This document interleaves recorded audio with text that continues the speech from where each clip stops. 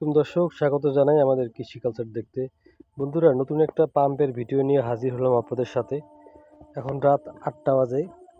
গতকালকে বৃষ্টি হয়েছিল, বৃষ্টি হওয়ার পর এখানে বেশ পানি জমে গেছে। তো এই পানিটা আমাকে অপসারণ করতে হবে, কারণ এখানে মাটি কাটার সুযোগ তৈরি হয়েছে। আমি একটু মাটি কাটাবো খামারটাতে। যেহেতু মাটি কাটাবো, এখানে পানি থাকলে সমস্যা, তাই এই পানিটা আসার জন্য আমি এই পাম্প আর এই ব্যাগে আছে ব্যাটারি আর 50 ফিট পাইপ নিয়ে এসেছি, যাতে এই খামারে পানি দিতে পারি। তো আসুন পাম্প সেট আপ করি। পাম্পের কানেকশন ডাইরেক্ট ব্যাটারির সঙ্গে দিয়ে দিয়েছি। শব্দ পাচ্ছেন, মোটর চলছে। এই যে দেখতে পাচ্ছি পাইপের পানি একদম ভরা। তো এখন আমি পানি খুঁজে বের করব। যাই পুকুর থেকে উপরে উঠে দেখি। রাতেবেলা ভিডিও করতেছি, আপনারা হয়তো বুঝতেছেন না কিছুই, কিন্তু পানি দেখলে তো বিশ্বাস করবেন যে পানি আসতেছে। এটুকু দেখানোর জন্য আপনাদের নিয়ে আসছি যে কত সহজ পানি দেওয়া। এই দেখুন পানি চলে আসছে, দেখছেন? এবার বিশ্বাস করছেন যে কত সহজ। এই কলা গাছটা আজকে লাগাইছি, পানি দিয়ে এখন ভিজাচ্ছি।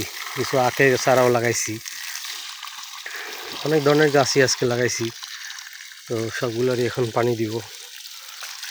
মোটামুটি পানি দেওয়ার চেয়ে জরুরি হইল ই করা, যে পুকুরটা সেচে ফেলানো। কারণ আমার পুকুরটা সেচে ফেললে কালকে মাটি তুলতে পারবো। মাটি কাটার জন্য কামলা নিয়েছি,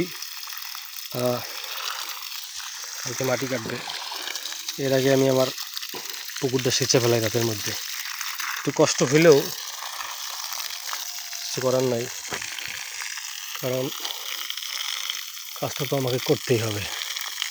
এখানে একটা কলা গাছ লাগাইছিলাম, তাতেও পানি দিয়ে দিই, সব ভিজাই ফেলি।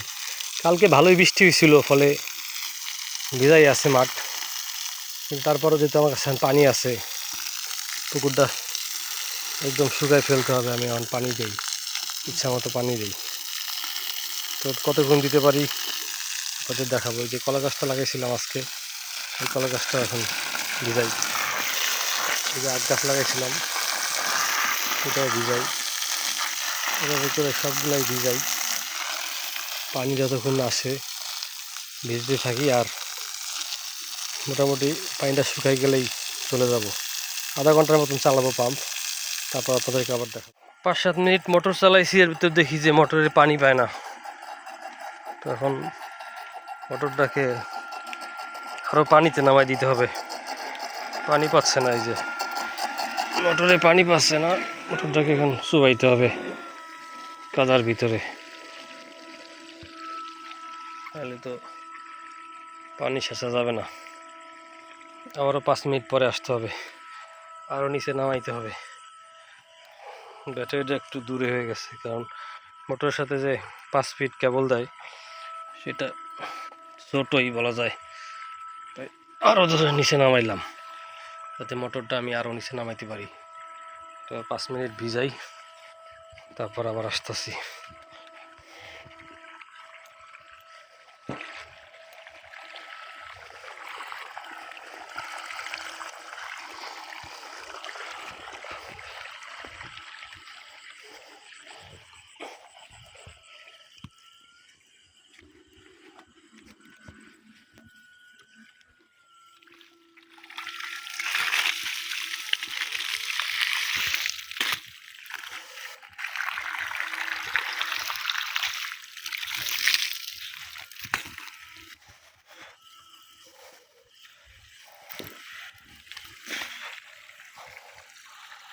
এই যে আনলাম, এইদিকে আবার